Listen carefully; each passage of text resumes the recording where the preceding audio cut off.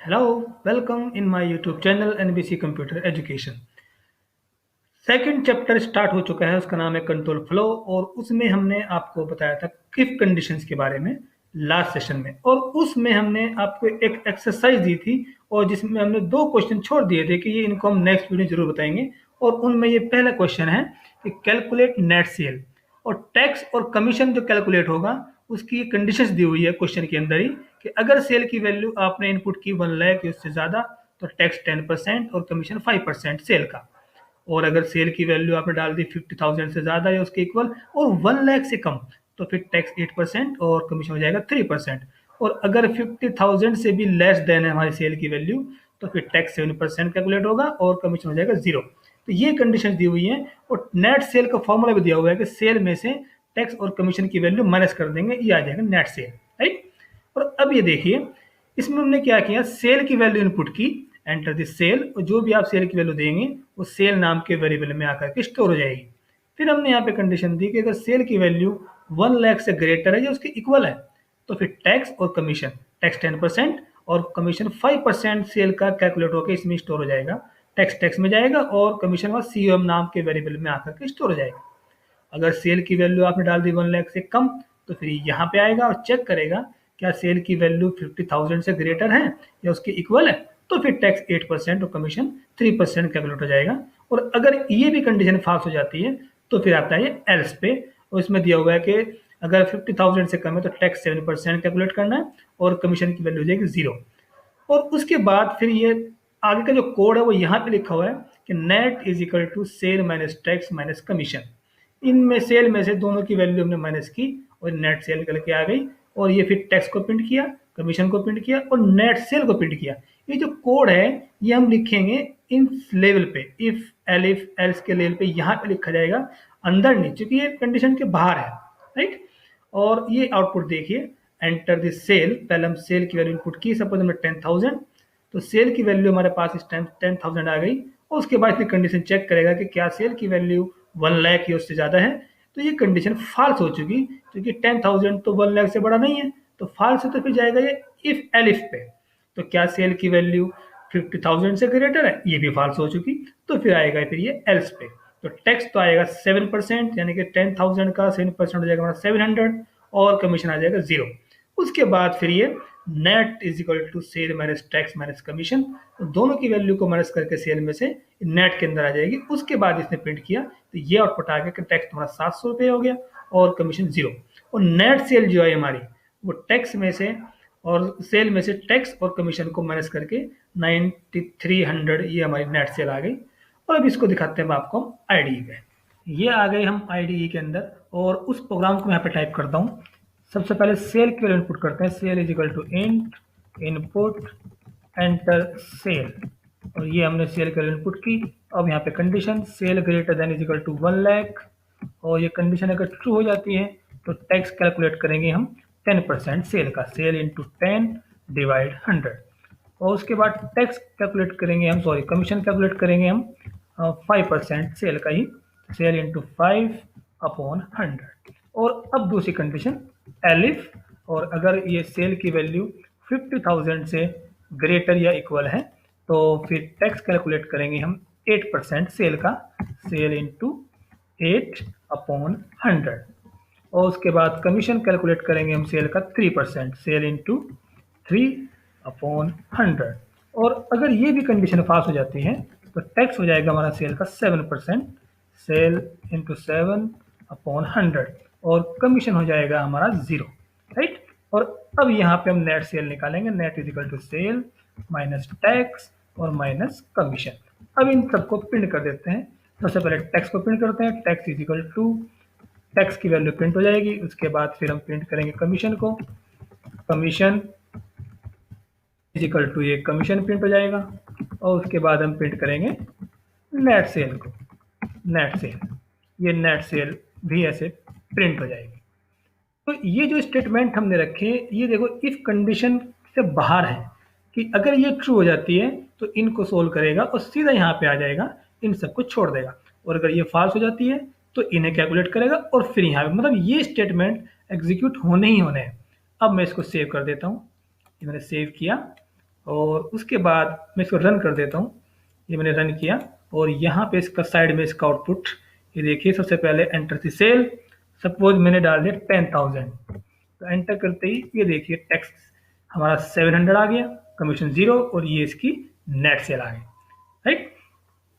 अब आते हैं हम सेकंड क्वेश्चन पे, और सेकंड क्वेश्चन ये था कि find out maximum value in 4 inputted numbers without using and keyword, कि आपको एंड कीवर्ड का यूज नहीं करना और 4 नंबर्स इनपुट करने हैं और उनमें जो सबसे बड़ी वैल्यू होगी वो आपको फाइंड आउट करनी है, राइट।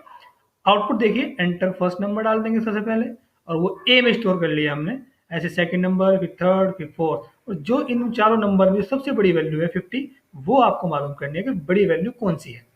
अब ये देखिए कोड देखिए इसका, सबसे पहले ए में हमने फर्स्ट वैल्यू इनपुट कराई, ए में आ गई, ऐसे बी में सेकंड वैल्यू आ गई और सी में थर्ड वैल्यू आ गई और डी में फोर्थ वैल्यू आ गई, और यहाँ से इसका लॉजिक लगाया m इक्वल टू ए। इसका मीनिंग यह है कि हमने m नाम का एक वेरिएबल एज्यूम कर लिया, m फॉर मैक्स, और उसमें a की वैल्यू डाल ली। a की वैल्यू क्या दी थी हमने 20, तो m के अंदर इस टाइम 20 है। अब कंपेयर करेगा b को कि क्या b m से ग्रेटर है, m में तो फिर 20 है और b में क्या वैल्यू है इस टाइम 10, तो ये कंडीशन हमारी फाल्स होगी, तो ये स्टेटमेंट पे नहीं जाएगा, फिर यहाँ से यहाँ आएगा और चेक करेगा c को, क्या c m से ग्रेटर है, c में 50 और m में था 20, ये कंडीशन ट्रू है तो m के अंदर ये c की वैल्यू को डाल देगा और ये इस टाइम अब m के अंदर आ गई वैल्यू 50। अब आएगा ये यहाँ से d को चेक करने, क्या d m से ग्रेटर है, d में 30 है और m में इस टाइम 50 है, तो ये कंडीशन भी फाल्स होगी, तो ये वाला काम भी छोड़ देगा और सीधा यहाँ पे आकर प्रिंट करेगा m की वैल्यू 50। तो ये देखिए इसमें एलिफ नहीं लगाया हमने, तो ये इसको भी कंपेयर करेगा, इसे भी कंपेयर करेगा, इसको भी कंपेयर, सभी कंडीशंस को चेक करेगा। और अगर आप एलिफ लगाएंगे तो एक कंडीशन ट्रू होते ही नीचे के जो कंपेयर को छोड़ देता है, तो इसलिए इस केस में आपको एलिफ नहीं लगाना, अलग अलग इफ लगाना होगा। अब मैं आपको दिखाता हूँ इसको आईडी पे रन करके कि किस तरीके से हम मैक्सिमम वैल्यू फाइंड आउट कर सकते हैं।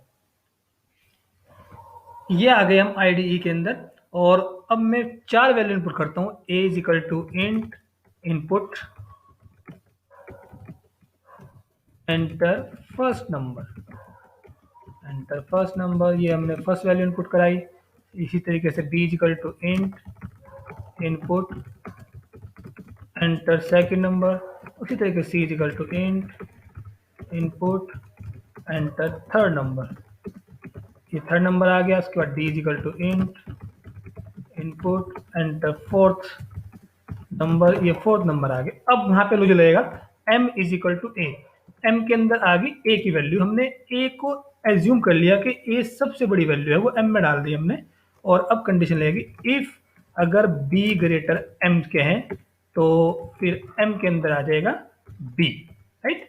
इसी तरीके से if c greater than m है तो फिर m के अंदर आ जाएगा c। इसी तरीके से if d greater than m है तो फिर m के अंदर आ जाएगा d। अब हम प्रिंट कर देते हैं मैक्स को, मैक्सिमम इज इक्वल टू, ये हमने m को प्रिंट कर दिया। और अब मैं इसको रन करके देखता हूँ, ये मैंने इसको सेव किया और नाम सपोज मैंने डाल दिया यहाँ पे m.py, तो अपने आप लगा लेगा।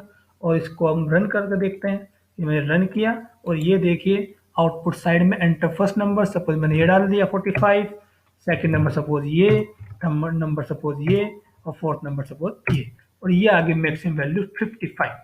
लेकिन अभी आपको सेटिस्फाइड नहीं होना चाहिए, हमने सेकंड नंबर पे डाली थी हाईएस्ट वैल्यू, अब की बार हम फर्स्ट नंबर पे डालते हैं और चेक करते हैं कि तब भी आंसर सही आता है कि नहीं। ये मैंने फिर से रन किया और मैंने की बार फर्स्ट नंबर डाल दिया 40, उसके बाद छोटी वैल्यू ये वाली वैल्यू, अब ये वाली वैल्यू, अभी देखिए मैक्सिमम वैल्यू 40 फिर से आ गया। तो कम से कम आपको 4 बार रन करना पड़ेगा। सबसे बड़ी वैल्यू फर्स्ट नंबर डाली तब भी आंसर सही आया, सेकंड नंबर पर डाली तब भी सही आया, अब की बार थर्ड पर डालना, फिर फोर्थ पर चेक करना। तो अगर चारों केसेस में हमारा मैक्सिमम वैल्यू सही आती है तो समझ जाना चाहिए कि हमारा प्रोग्राम बिल्कुल सही है। जितनी कंडीशंस होंगी उतनी बार कम से कम प्रोग्राम को आपको टेस्ट करना पड़ेगा, रन करना पड़ेगा, राइट। अब हम बात करते हैं nested if condition and compound statement की। नेस्टेड इफ कंडीशन कहते हैं जब एक कंडीशन के अंदर और कंडीशन लगा देते हैं और फर्दर उसके अंदर भी और कंडीशंस हो सकती हैं, इसकी कोई लिमिट नहीं है, इसे कहते हैं नेस्टेड इफ कंडीशन।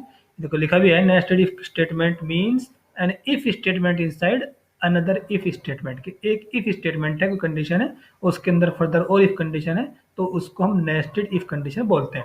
और इसका जब एग्जीक्यूशन होगा वो इस तरीके से होगा, ये इसको चेक करेगा पहले इस वाली कंडीशन को, अगर ये ट्रू हो जाती है तो ये इसको चेक करने आएगा, और अगर ये भी ट्रू हो जाती है तब ये स्टेटमेंट एग्जीक्यूट होगा। इसका मतलब अगर दोनों कंडीशन में से एक भी फॉल्स है तो ये स्टेटमेंट एग्जीक्यूट नहीं होगा। अब आप इस एग्जाम्पल को देखिए, ए की वैल्यू सपोज 10 और बी की सपोज 20।